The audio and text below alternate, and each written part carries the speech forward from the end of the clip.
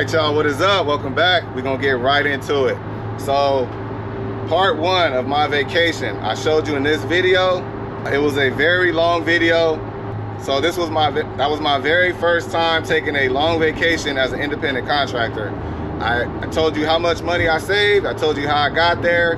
I told you where I stayed at. I showed you highlights of all the things I was able to do. And this is for a family of 5. So if you haven't seen that video, you gotta watch it because I'm not gonna explain it. I had more to that video. I decided to edit that part out and make a part 2.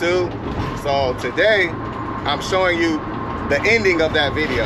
I just decided to break it up into 2 parts because the video was really long.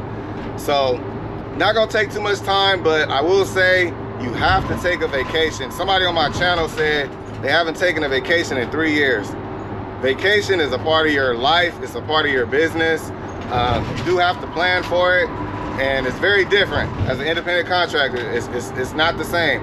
So anyways, I'll get into that in part 3. Part 3 is going to be the conclusion, my thoughts, what I did right, what I did wrong, what I learned from that experience, and what I'm going to do next time.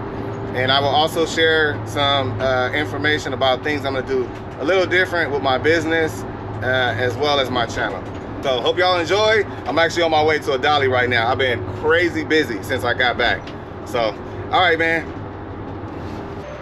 All right, y'all. So that's kind of a highlight of some of the things we did. My kids had an absolute blast. They will remember this for the rest of their life. We're creating memories that you can't take away.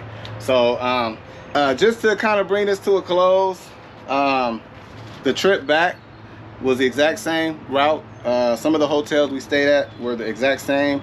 The only difference was instead of going to Mobile, we stopped in Spanish Fort, Alabama, which was really not that far from Mobile. And we stayed at Home 2 Suites. So that's the only difference. Other than that, it was Tallahassee, Spanish Fort, Belmont, and then made it home.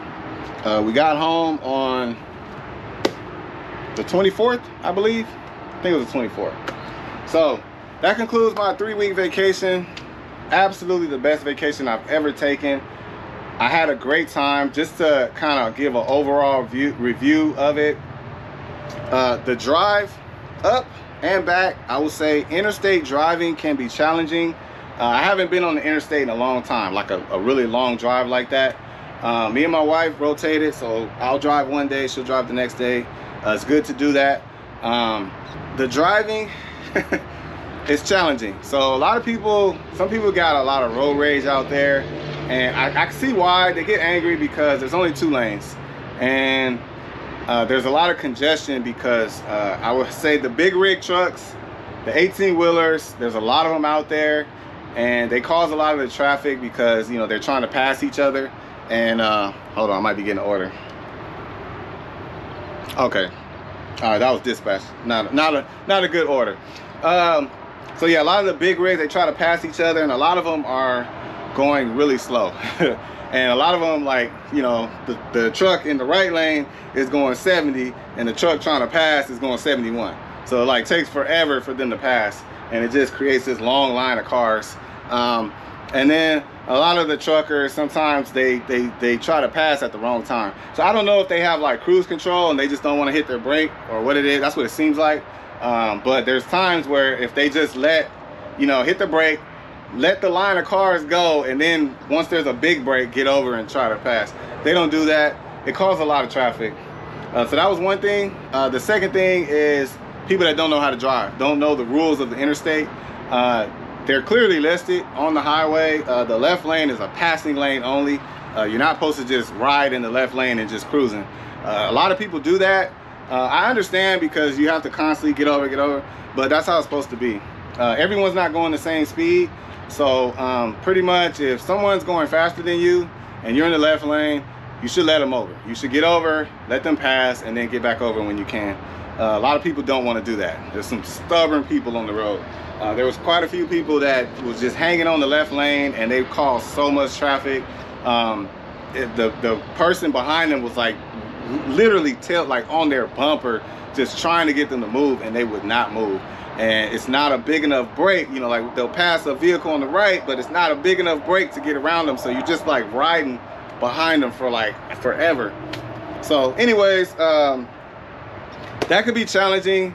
Fortunately for us, I mean, we were driving 3-4 hours a day, so it didn't really bother us too much. We weren't really in a rush. But yeah, it was some stuff out there going on. As far as the big rig truckers, the way I see it, and maybe it's because the type of work I do now, maybe if I didn't do this type of work, I think differently.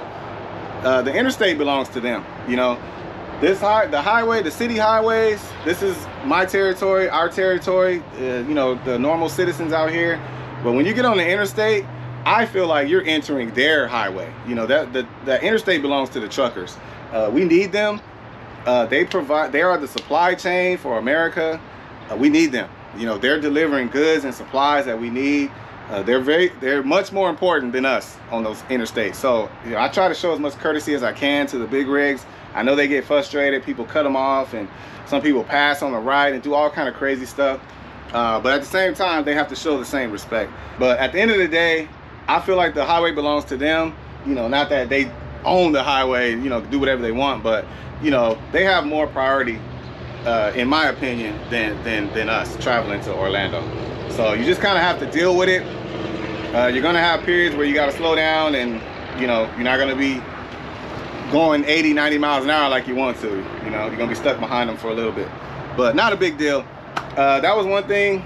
But other than that, the trip was cool. Got a lot of scenery. Kids got to see a lot of the cities and a couple bridges, long bridges we went through in Alabama. Really long bridge, like 18-mile bridge or something like that. It's crazy. And then thankfully, there was an accident on that freeway too, but it was on the other side. I was so glad, because, man, to be stuck on a bridge, that sucks.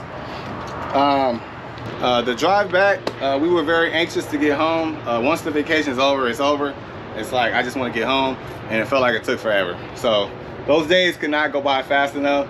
Like we were almost to the point where the last hotel in Belmont, we was like, we can cancel that and just go home. But I was like, nah, I already paid for it. Let's just stay here. All right, y'all, so my camera is getting hot. I'm done with this GoPro. I'm definitely gonna invest in another camera. I think some people told me the DJI camera is better. I'm gonna look into that. It's always overheating. So anyways, I'm gonna try to bring this to an end, because I also put in for a roadie that I might get. So final thoughts, man. The trip was awesome. Florida's a great place to vacation, especially if you have kids or you're taking kids with you. I think Florida and Tennessee is one of the best places to take them. A lot of people are not familiar with Tennessee. Gatlinburg and Pigeon Forge. That is like Las Vegas for kids. We went there in 2020, and I'm definitely gonna go back. We did like 1% of the stuff that's out there. So anyways, great trip. I needed that trip. I was able to kind of relax, rest my mind. While I was out there, I did turn on dispatch and I checked roadie. There are orders out there, and that is an option for you. That's another benefit to being an independent contractor. While you're on vacation, you can still make money. I was in a large vehicle. I'm not telling you to do this. I don't recommend this. I know that most gig apps, you have to the vehicle you're using must be registered.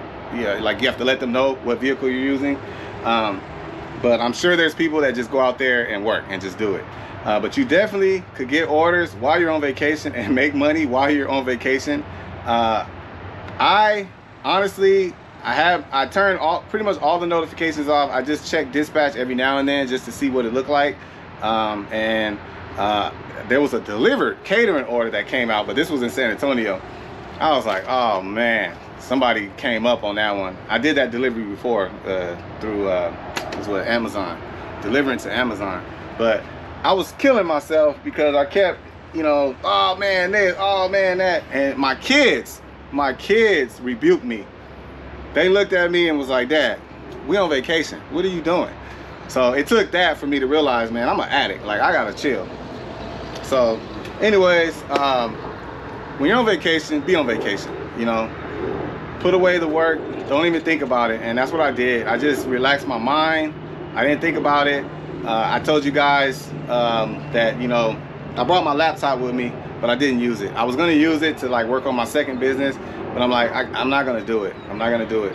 So But anyways, I didn't work at all. I was tempted, but I did not work, you know, but that isn't an option, you know. So if you know you're only gonna spend $100 that day, or 50 bucks or whatever, like, you can make that money and not have to dip into your own money. So you can get up early in the morning, just knock out 2 or 3 orders and you know, make the money you need for that day. But anyways, me personally, I like weekend, like 3-day weekend, 4-day weekend getaways. That's what I'm attracted to. I feel like you don't spend as much money. It's just enough time to, you know, relax, get a little break, and then I'm ready to go back to work.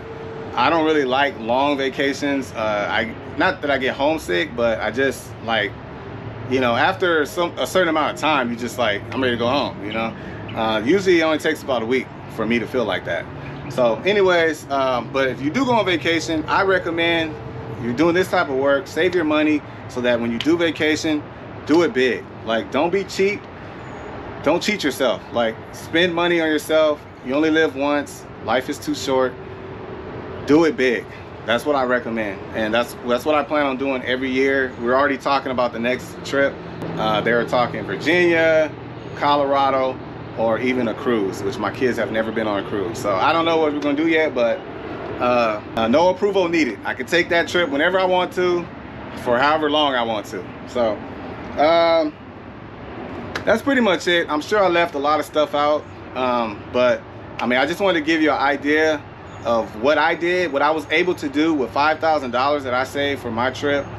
Anyways, that's gonna be it, man. Part 2 will be all about the expenses. I will break down, I will show you, not gonna show you my receipts. I kept all the receipts, but I will break down the amount of money that I spent total. So from the hotels to the rental car to the food, all the activities we did, gas, everything. Break down, give you a total amount, and let you know if $5,000 was enough, and how much I'll be saving for my next trip. So other than that, man, I'm happy to be back. I've already been to work. As soon as I got back, the very next day, I had a delivered catering order, and then I had, oh man, I had I think it was no, I can't remember what was it, freight? No, GoShare, surprisingly. It was a GoShare order I picked up from Lowe's, and I've had a curry order. I actually did a curry order today, and I'm today's kind of slow. I've noticed it's a little slow today. It has been busy, but not busy with cargo van loads. So a lot of orders are coming out, but a lot of them are for cars, especially on dispatch. Dolly, it's a couple orders, but nothing I'm interested in. A lot of them are like moving jobs and, you know, 3 flight of stairs and all that stuff. So I'm passing on a lot of stuff, but I'm just trying to get reacclimated. I think by next week, I'll be back in the groove. I do have a direct booking for Saturday, this Saturday, and a potential direct booking the following week, possibly. I don't know, but I had shut my website down while I was out. I shut my schedule, you know, closed my schedule off. Everything's reactivated, and I'm ready to go. So anyways, I could go on and on. I'm gonna end this. This is end of part 1. Part 2 will be all about the expenses and what I learned from that trip. So y'all have a great one, and I will catch y'all on the next one.